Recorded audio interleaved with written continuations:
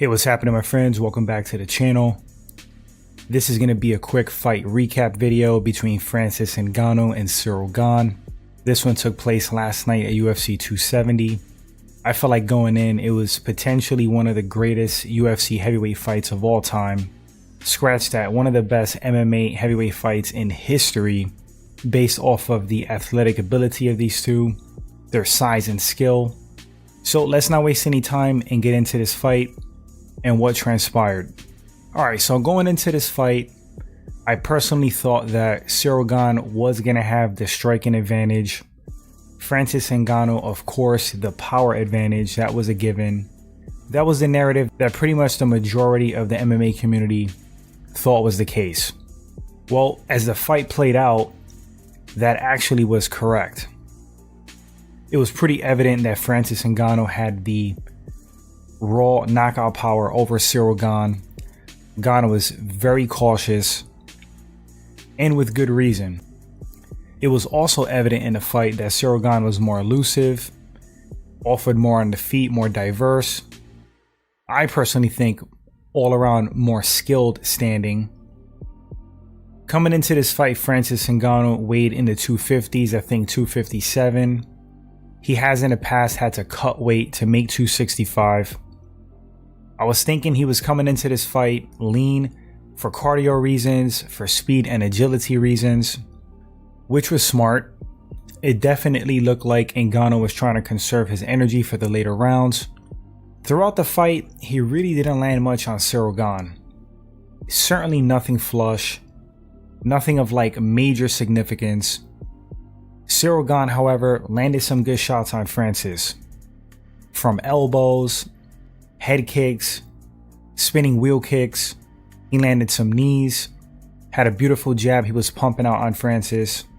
And it looked like Francis was getting frustrated and slowing down as the fight went on. But after the second round, Francis Ngannou, like the vet he is at this point, like the evolved fighter that he's grown into, implemented wrestling and grappling. Who saw that coming? Now, I remember way back early in Francis's UFC career, there was a lot of buzz around him, a lot of hype. He was just stopping guys left and right. And there's this thing in the MMA community where they feel like fighters just can't grow. Like they're a rock or a piece of wood, some inanimate object, like I said, that just can't evolve and grow. I remember reading comments saying Francis doesn't have wrestling. He's never going to grow to the point of being a competent grappler. So-and-so is going to wrestle him to death. This and that. He goes on in his career, starts stopping wrestlers, stuffing takedowns. And now the man is to a point where he's scoring takedowns of his own. Beautiful takedowns, actually. He's controlling people on the mat. He's displaying some pretty great submission defense. Ciryl Gane at one point had a potential heel hook on Francis.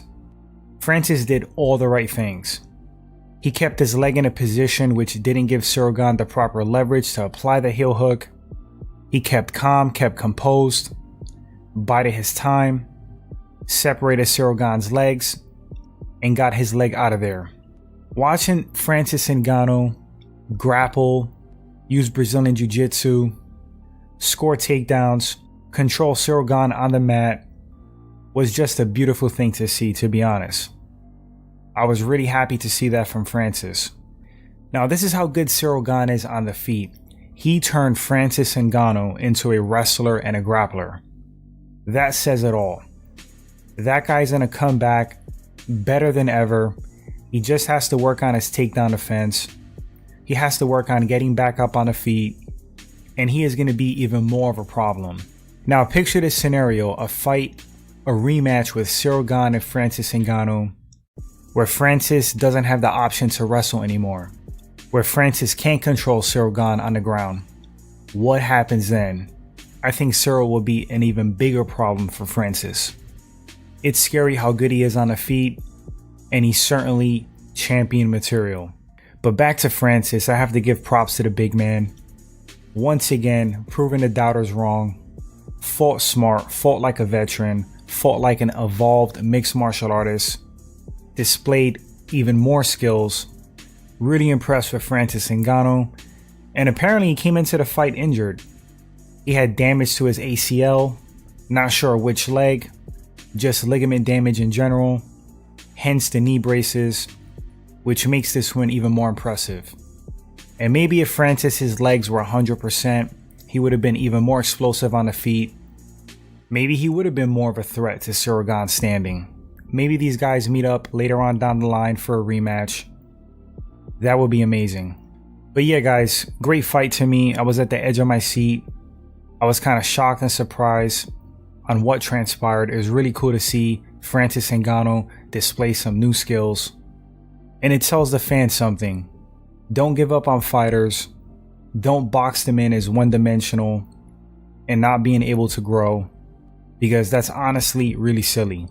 If you work hard enough, if you put the time in and the work, you're gonna get better at whatever you're trying to get better at.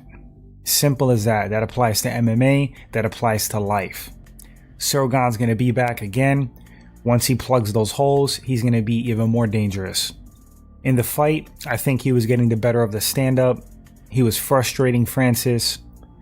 He was being super elusive. He was mixing things up. He was landing on Francis. Once again, he turned Ngannou into a wrestler.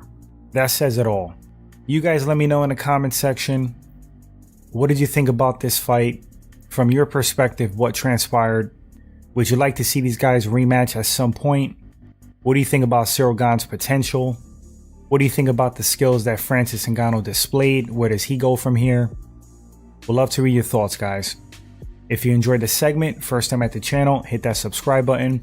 Share the video, like, that helps the channel grow. Appreciate that, guys. And until the next one, you all take care.